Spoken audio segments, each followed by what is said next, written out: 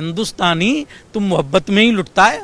वो सीमा हैदर है, उसे हैदर की तरह ट्रीट करो, उसके लेदर पे ना जाओ। कहीं न कहीं ये डाउट क्रिएट करता है कि क्या सीमा हैदर आईएसआई की एजेंट हैं या फिर वास्तविकता में प्रेम की दीवानी है। कोई भी लिंक पाकिस्तान आर्मी से निकल कर आते हैं तो जाहिर सी बात है कि ये जासूस हैं, तो इनको हिंदुस्तान की सलाखें झेलनी पड़ेंगी, न कि पाकिस्तान की वापसी। भारतीय जांच एजेंसियां उनको आईएसआई का एजेंट होने पर क्लीन चिट दे देती हैं।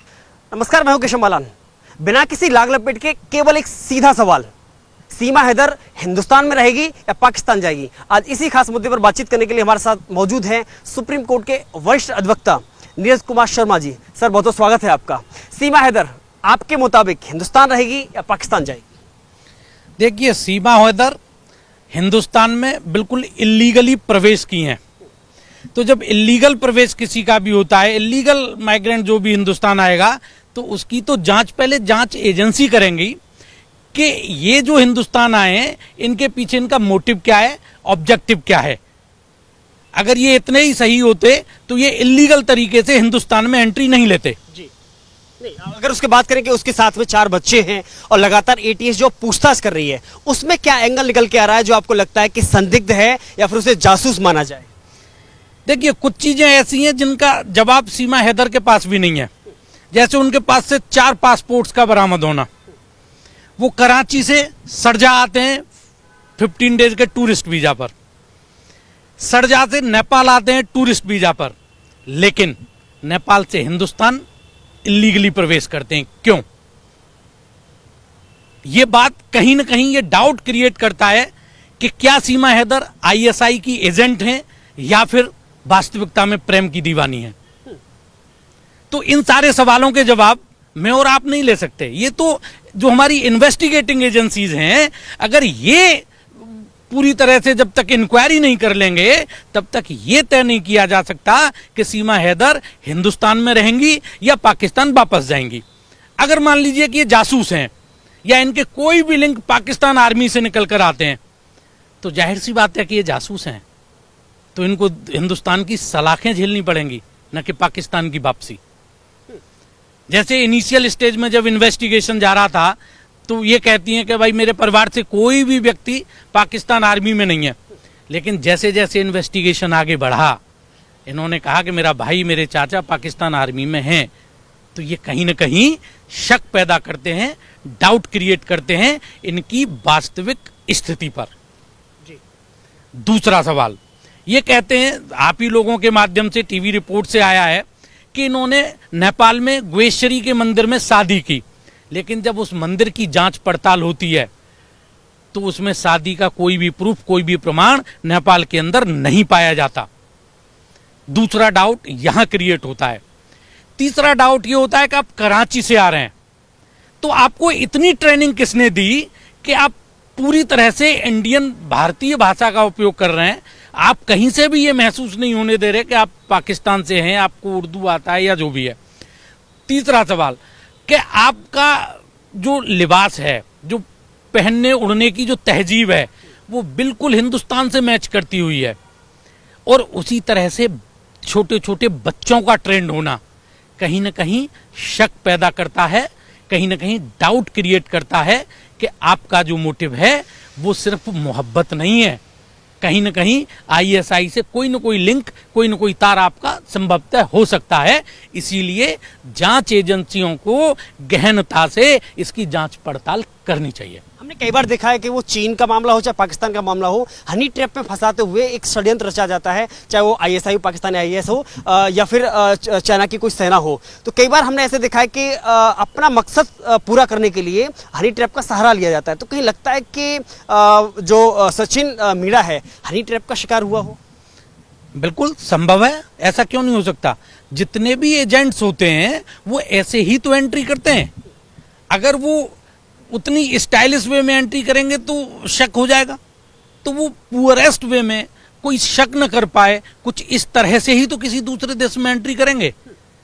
भाई आप इसको बिल्कुल ऐसे समझिए कि जब आप 2-2 कंट्रीज को विजिट करते हैं और प्रॉपर टूरिस्ट वीजा पर विजिट करते हैं, लेकिन जब आप हिंदुस्तान आते हैं तो आप अपने पासपोर्ट, अपने वीजा का इस्तेमाल नहीं करते।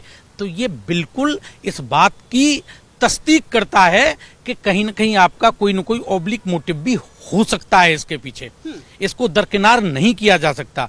यही तो कुछ ऐसे विषय हैं जिन पर जांच एजेंसियों को गहनता से इन्वेस्टिगेशन करना होगा, पूछताछ करनी होगी, क्योंकि 12 मई ये हिंदुस्तान में एंट्री करते हैं, भारत आते हैं नेपाल के रास्ते से, और ये ठीक 65-70 दिन के बाद ही जांच एजेंसियों को ये पता लगता है कि ये सीमा हैदर नाम का एक पाकिस्तानी महिला हिंदुस्तान में इल्लीगल तरीके से, अवैध तरीके से प्रवेश कर गई। तो ये इतनी छोटी बात नहीं है। ये जांच एजेंसियों की कार्यप्रणाली पर भी क्वेश्चन मार्क क्रिएट कर देता है कि कोई भी आपका बॉर्डर तोड़कर कैसे देश में प्रवेश कर गया। सचिन ने तो उसको अपना बहू बना लिया, लेकिन गांव के लोगों ने बिना किसी जांच पड़ताल के पूरी हुए बिना उससे पहले इसको भाभी बना लेना, उसके स्वीकार कर लेना, उसे ये कहना कि नहीं हम इसे यहाँ से नहीं जाने देंगे, कितना जायज है? तो संभवतः जांच पड़ताल से ये भी आया होगा कि जरूरी नहीं कि उन्होंने ये बताया हो कि मैं सीमा हैदर हूं, मैं पाकिस्तान से आई हूं, मैं मोहब्बत में आई हूं। इस बात की भी संभावना पूर्ण है। दूसरी बात, जो भी भारतीय हैं वो थोड़े से इमोशनल हैं, भावुक हैं, भावनात्मक तरीके से पेश आते हैं। आप देखते होगे ना कि जीव हत्या वो नहीं कर सकते, अहिंसा परम धर्म है, तो वो उनका इजीली और बहुत सरलता के साथ दूसरे लोगों पर विश्वास करने की एक पुरानी आदत है। उनके इस सनातन धर्म की एक पद्धति है कि यार आराम से भरोसा करिए, जरूरी नहीं है कि हर व्यक्ति टेररिस्ट हो, हर व्यक्ति चोर हो, हर व्यक्ति लुटेरा हो। और इस वजह से हिंदुस्तान में टेररिस्टिक गतिविधियां भी होती हैं, आतंकवादी गतिविधि भी होती हैं, लूटपाट भी होती हैं और चोरियां भी होती हैं। तो हिंदुस्तानी तो मोहब्बत में ही लुटता है। नहीं, एक और बात है कि जो लोग चर्चा कर रहे हैं केवल उसके जो चेहरा पे जा रहे हैं कि सुंदरता है, सुंदर महिला है, स्वीकार कर लेना चाहिए, और पाकिस्तानी है तो हमें क्या दिक्कत है, पाकिस्तान से और भी आ जाए। तो कहीं इस बात पे कहीं लगता है कि उसके चेहरे से ज़्यादा हमें उसके जो हैदर है उस पर ध्यान देना चाहिए। देखो, चेहरे पर जाना ठीक नहीं है। वो सीमा हैदर है, उसे हैदर की तरह ट्रीट करो, उसके लेदर पे ना जाओ। सीमा हैदर को हैदर से ही समझो, उसके लेदर से ना समझो। अगर उसके लेदर में गए तो आप भटक सकते हैं, आपकी जांच भी भटक सकती है, और कोई भी बड़ा हादसा कभी भी किसी भी वक्त इस देश के अंदर हो सकता है। तो जांच एजेंसियों को चाहिए कि पहले उसकी गहनता से इन्वेस्टिगेशन करें, उससे पूछताछ करें, और जब तक पूछताछ का कोई निष्कर्ष न निकले तब तक उसे किसी भी तरह से ढिलाई न बरती जाए। मेरा इस संबंध में ये कहना आवश्यक हो जाता है। अगर लीगल हम समझने का प्रयास करें, आप वरिष्ठ अधिवक्ता हैं, तो जो एक कानूनी प्रक्रिया है उसमें क्या लगता है कि ऐसे में, क्योंकि वो एक ही बात लगातार दोहरा रही है कि मैं सचिन के प्यार में यहाँ तक आई हूँ, वो भी 4 बच्चों को लेकर के, क्योंकि हैदर से उसको प्यार नहीं मिला, तो ऐसे में क्या प्यार की परिभाषा को समझाते हुए आपको लगता है कि वो यहाँ पर रह सकती है संविधान के दायरे में? संविधान क्या कहता है? देखो, भारतीय संविधान में किसी भी अभारतीय के लिए कोई स्थान नहीं है। अगर स्थान है तो भारतीय संविधान के अनुच्छेद 21 के तहत है, और जिसमें वो नॉन भारतीयों के लिए, अभारतीयों के लिए भी लाइफ की सुरक्षा और उसकी पर्सनल लिबर्टी की सुरक्षा की गारंटी देता है।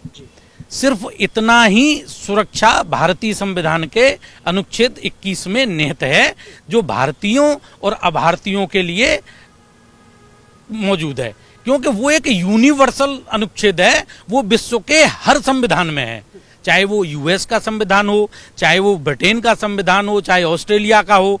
तो राइट टू लाइफ और राइट टू पर्सनल लिबर्टी, ये दोनों ऑब्जेक्ट भारतीय संविधान के आर्टिकल अनुच्छेद 21 में अवेलेबल हैं। तो उसके तहत क्या है कि वो सिर्फ आपकी राइट टू लाइफ, यानी कि कोई आपको मार नहीं सकता, कोई आपको छेड़ नहीं सकता, आपकी पर्सनल उसकी गारंटी देता है।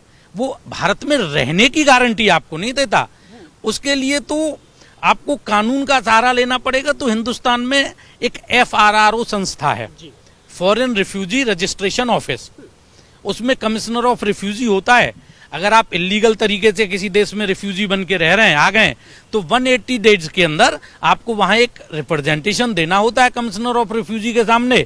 ये उसका प्रीरोगेटिव है जांच पड़ताल के बाद कि वो आपको किस तरह से आपकी परमिशन को अलाउ करता है, रिप्रेजेंटेशन को, या डिसअलाउ करता है। तो उसके अलावा आपके पास हिंदुस्तान में रहने का और कोई तरीका नहीं है, क्योंकि नॉन सिटीजन विदाउट सिटीजनशिप या विदाउट रिफ्यूजी इसमें जाए उसको कोई प्रोटेक्शन नहीं मिलेगा। क्योंकि अभी 2015 में भी protection of refugee and asylum seekers bill 2015 पास किया था पार्लियामेंट ने, तो उसके सेक्शन 16(1) के तहत आप ये रिप्रेजेंटेशन कमिश्नर ऑफ रिफ्यूजीज के यहाँ दे सकते हैं। तो लगता है कि हिंदुस्तान का कानून सीमा हैदर को पाकिस्तान की सीमा तक पहुंचाएगा या जेल पहुंचाएगा। संभवतः अगर उनका कोई भी एक्ट या जांच पड़ताल में निकल के आता है कि ये सिर्फ बात मोहब्बत की नहीं, बात प्रेम की नहीं, ये बात कुछ और है और ये ISI की एजेंट हैं, तो हिंदुस्तान की जेल इनका स्वागत करेगी, डेफिनेट स्वागत करेगी, और करना भी चाहिए। और अगर वाकई वो प्रेम की दीवानी है तो अपना सीकर्स एक्ट में एप्लीकेशन मूव करें, लेकिन वो राइट उनके लिए तभी ओपन होता है जब भारतीय जांच एजेंसियां उनको ISI का एजेंट होने पर क्लीन चिट दे देती हैं। उससे पहले उन्हें protection of refugee and asylum seekers bill के तहत कोई प्रोटेक्शन प्रदान नहीं किया जा सकता। सीमा हैदर के नसीब में क्या है, सचिन का प्यार या फिर हिंदुस्तान से बाहर का रास्ता? अभी तो उनके नसीब में भारतीय जांच एजेंसियों के सवालों का जवाब देना है, इससे ज्यादा कुछ नहीं है। जब तक वहां से क्लीन चिट नहीं मिलेगी तब तक न उन्हें सचिन का प्यार नसीब होगा न भारत की सिटीजनशिप।